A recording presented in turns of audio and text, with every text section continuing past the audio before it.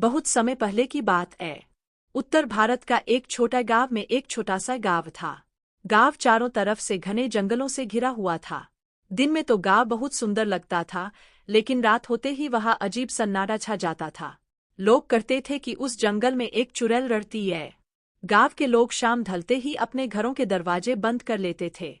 कोई भी रात में जंगल की तरफ जाने की हिम्मत नहीं करता था। बच्चों को डराने के लिए बुजुर्ग कहते, अगर रात को बाहर गए तो जंगल वाली चुड़ैल पकड़ ले जाएगी। गांव में अर्जुन नाम का एक बहादुर लड़का रहता था। वह पढ़ा लिखा और समझदार था। उसे भूत प्रेत जैसी बातों पर विश्वास नहीं था। वह हमेशा कहता, ये सब लोगों का वहम है, कोई चुड़ैल वुड़ैल नहीं होती। एक दिन गांव में खबर फैली कि रामू काका का बेटा मोहन रात में गाय ढूंढने गया था और सुबह तक वापस नहीं आया। पूरे गांव में डर फैल गया। लोग कहने लगे, चुड़ैल उसे उठा ले गई। अर्जुन ने तय किया कि वह सच का पता लगाएगा। उसकी माँ ने उसे बहुत रोका, बेटा उस जंगल में मत जाना, वहाँ मौत है। लेकिन अर्जुन नहीं माना।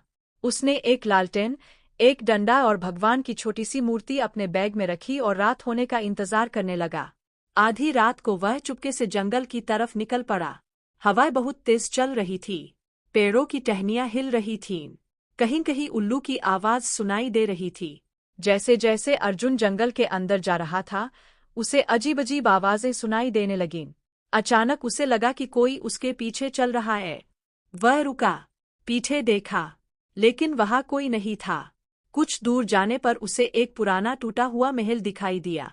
गांव के बुजुर्ग कहते थे कि सालों पहले वहां एक औरत रहती थी जिसका नाम रत्ना था। रत्ना बहुत सुंदर थी, लेकिन गांव वालों ने उसे जादूटोना करने वाली समझ लिया था।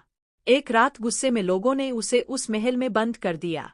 आग लगने से उसकी मौत हो गई। मरते समय उसने कहा था, मैं वापस आऊंगी और इस गांव को कभी चैन से नहीं रहने दूंगी।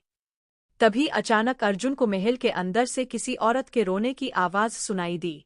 उसका दिल तेजी से धड़कने लगा।